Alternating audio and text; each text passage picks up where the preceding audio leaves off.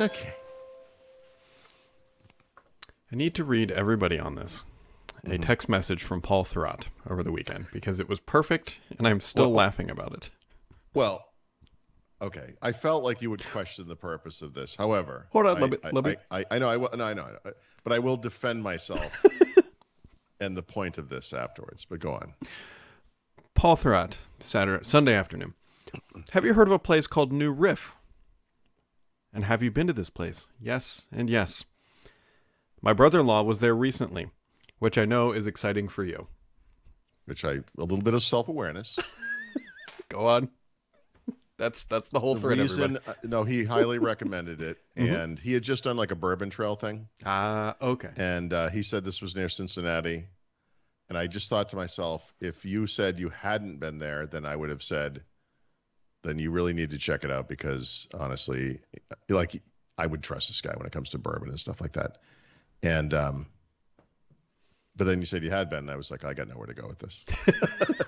Actually, my wife, her company or university had their Christmas party there a couple years ago. Actually, before, well, I shouldn't say before they started making their own bourbon, but like they were open, but they didn't have their own bourbon to sell, if that makes sense. Like they were still in the process of making it. It's a cool building, but as I described to Paul, it's really cool that it's really close to the Ohio River, but it's not on the river, so it's not quite that cool.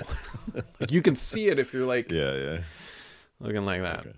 But if he's going for bourbon, that makes sense why he went there and not to one of the other better breweries in the Cincinnati area. Yeah, my brother-in-law and sister, and then another couple of friends of ours, coincidentally went on the same basic trip within 2 weeks of each other this summer. And they flew into not Memphis, probably Nashville or Memphis, I don't remember. And then drove up through Kentucky and then flew home from Cincinnati. And I was like, okay. Yeah. I guess the issue I have with all this is that it's like when you go to Sonoma, like these places are all kind of near each other, but you have to drive a lot. So, excuse me, it becomes like a day of driving and drinking, which is maybe not great. Yeah, I mean, you gotta have the right driver who's not typically like my wife would be a great one because she doesn't drink. There you which go. I've actually never done the bourbon trail, even though it's literally in my backyard. Yeah, I mean, I right. I mean, that's like I lived in Boston. I never went on the USS Constitution. Yep. And, people would visit and go all the time. Like everyone I know has been there. I have in fact gone there, but you never just do that stuff. But you live close enough, you could go cherry pick, parts of it or whatever. The distance between the places was surprising to me. To me, that takes a little of the luster off of doing this. I would love to go to 3 or 4 of these distilleries or whatever, but the fact that they're often 90-minute drives or more between each other, it's like, this is not driving is the worst part of any trip. Yes. Like I don't. The trail is I-75. Yeah, there you go. I'm sure. Scenic I-75. Yeah. Which I've driven many times. Like we've driven, because when we drive to Florida, we drive not by every single one of them, but you see the signs. My wife got caught in a 2-hour traffic thing in Virginia on, I think it was 81. And I think it was this past winter, there was a big pile up in Virginia on I-95 because of snow. And I asked her, I said, do you know what the problem is? And she's like, no. We went through all this stuff. We did a little back road baloney. And then there was nothing. There was no indication at all of anything that had happened. And I'm like, it might just be Virginia. Yeah. This might be the state. I don't know.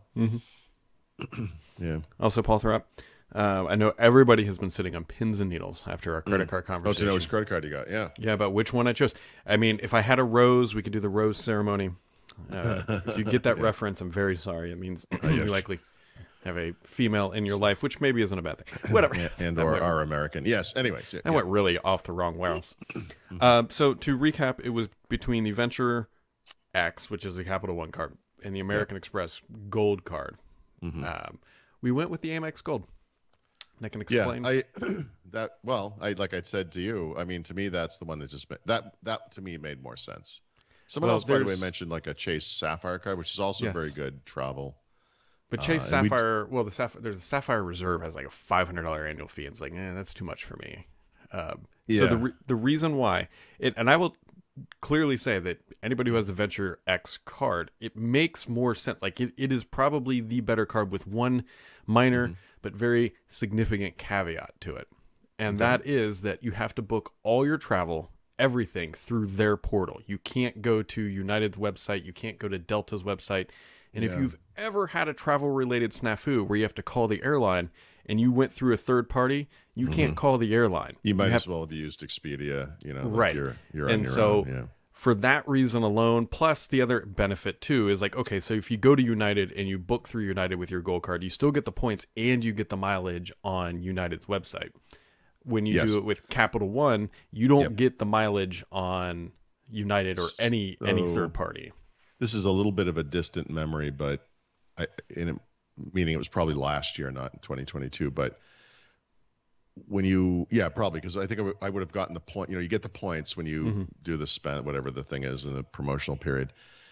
And I did use American Express to book travel, and I generally hate to do that, and I'm suspicious of it. And it's for the reason you just said. So, for example, you book travel through some third-party entity, and then you use the booking code or whatever it is. And you go to the originator site, like United in this case, because you want to maybe upgrade the seat or do whatever it is, and you can't because it's a third-party thing. Yep. That's not true with American Express. You can. In fact, last year, what I did was I used my Amex points to book some number of flights. It might have been 2 sets of flights or 1 set. I don't remember.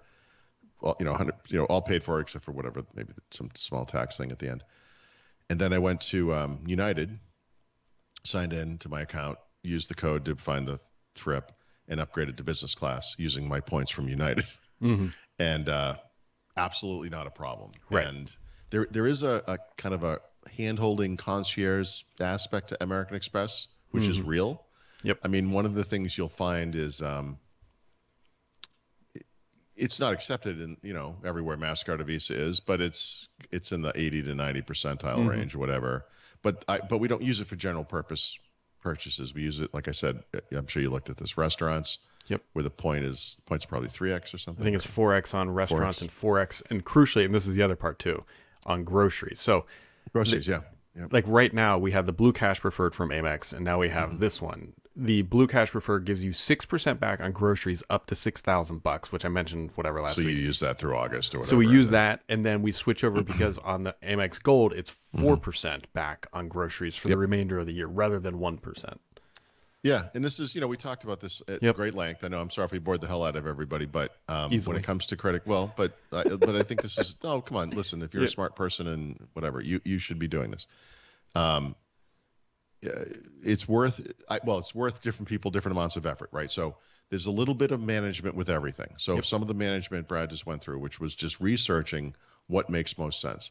The next level up is actually using the cards and then using the right cards in the right circumstances. Yes. But the other bit you have to do, just as the minimum, no matter what personality type you are, no matter how obsessive you are, is to constantly reevaluate those things. So we have, I think, 3 cards we kind of rotate through for different types of purchases, basically. And every once in a while, you go to the site, you just look it up, make sure. I have actually used a spreadsheet, so I have written down what those perks are and where to use them, just to make sure, But sometimes my wife will leave like a little card offer out, and she says, "Hey, this might make sense for whatever," and I'll look at it and say, "Yeah, it doesn't because Amex does this," or whatever the answer is. Just do that amount. You have to do that amount.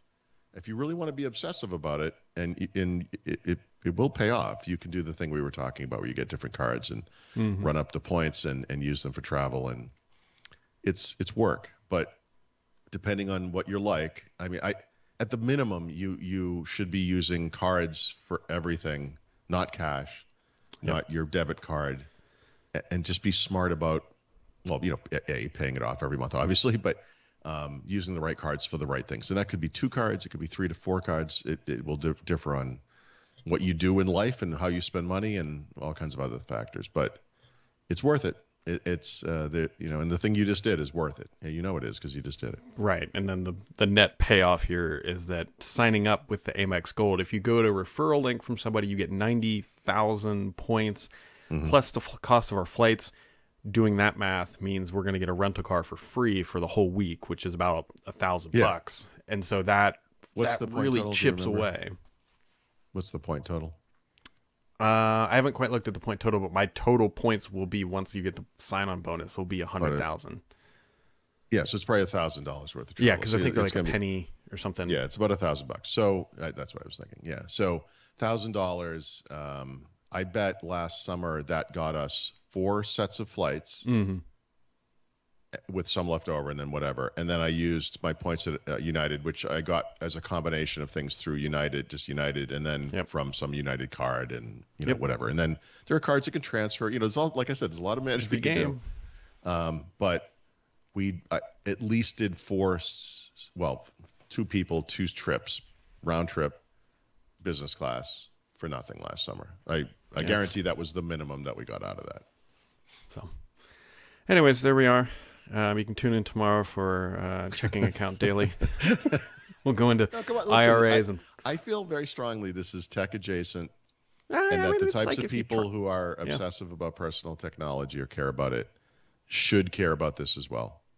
This is technology. This if you is like traveling or just saving. I mean, it's a game. It's just like everything else. It's like trading in your iPhone, right? It's like trying to navigate what's the best way to upgrade your iPhone every year. That's right. Yeah. So we're talking about something that's essentially a financial issue, but this is right in the wheelhouse. If you you care about specs and the amount of RAM or whatever it is in a computer, I mean, you should care about this stuff. Like this is something your non-tech spouse would appreciate.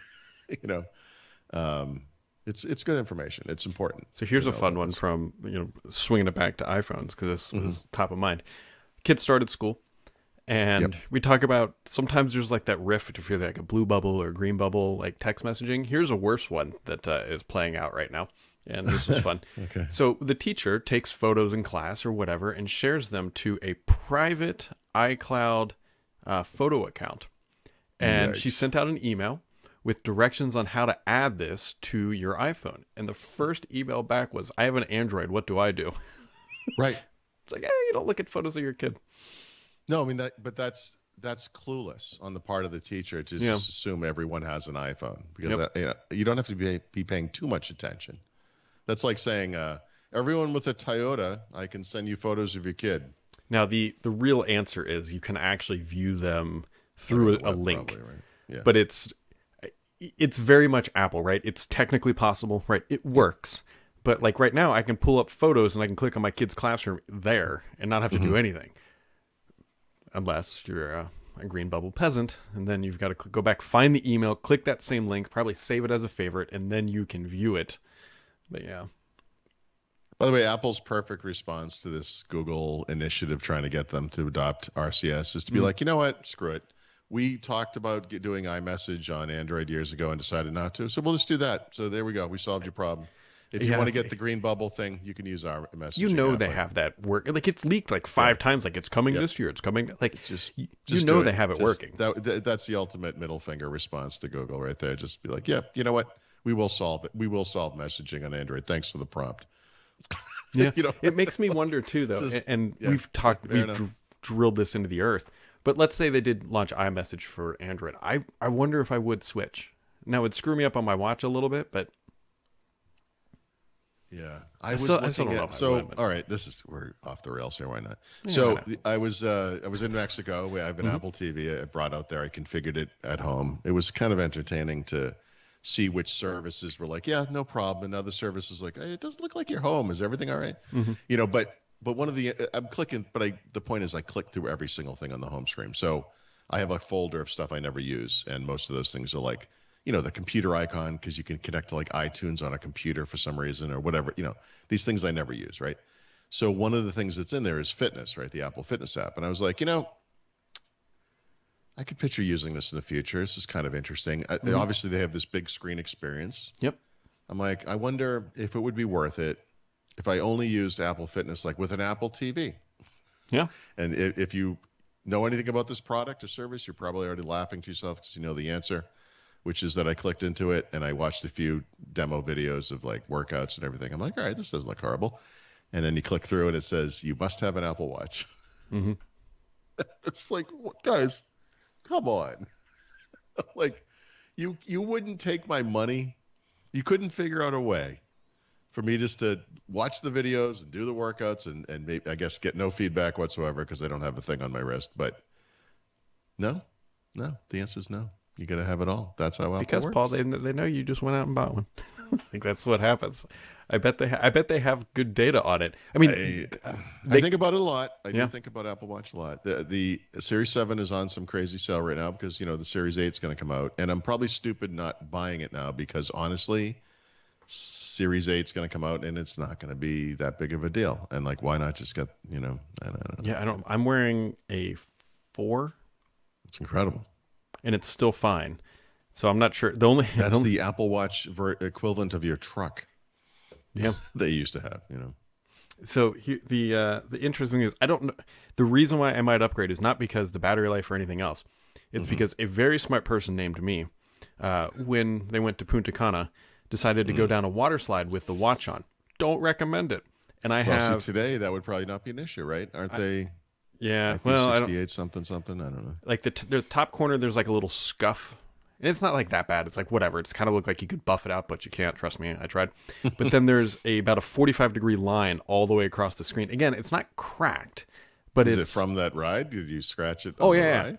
Oh, okay. I thought you were talking. Like, I I thought absolutely- you had water damage. came down this thing. And let me explain water slides in Punta Cana. They're not quite like here in America. They're a little more aggressive. Yes. Safety regulations a little lax. And so I definitely went down there at a velocity, and I remember my arm hitting the side, and I was like, oh, I knew I shattered it. But I didn't shatter it, surprisingly. But there's the scratches like right across the face. Well, I mean, so you've had that for at least 4 years then, right? Or about 4 years? I think it'll be 3. Did you buy it 1 year in? Oh, that's a lot of usage out of that thing. I mean, it's a 4. It's the first. It's when they went from because the 4 is the first one with the slightly larger screen than the 3. So I went from a 1 to a 4, and then maybe we'll go from a 4 to a whatever we're on 8. So maybe it has been 4 years. I don't know. That's an admirable amount of usage. It really is. Stay tuned for tomorrow. I've probably owned 8 Fitbits in that time period. Yeah. Well, tomorrow we'll figure out math and actually. Sure.